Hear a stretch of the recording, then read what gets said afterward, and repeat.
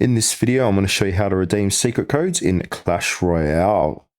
Okay, first step is open up Clash Royale, launch the game on your mobile device. Then from here, you want to go to settings. So it's the three horizontal bars on the top right hand corner of the page. Then find the redeem code option. So scroll and look down for the redeem or redeem code button. This only appears though during special promotions or events. So there isn't currently one activated, but when there is, it's going to appear here. So if you do see it, go ahead and tap into it and then type in your secret code exactly as given. Codes are case sensitive.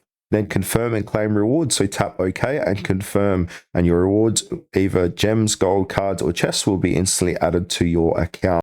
Now, there are some important notes. So not all players always see the redeem option. Usually appears only when Supercell is running an official event or collaboration. Also, be cautious of fake websites. The only safe way to redeem codes is inside the official Clash Royale app.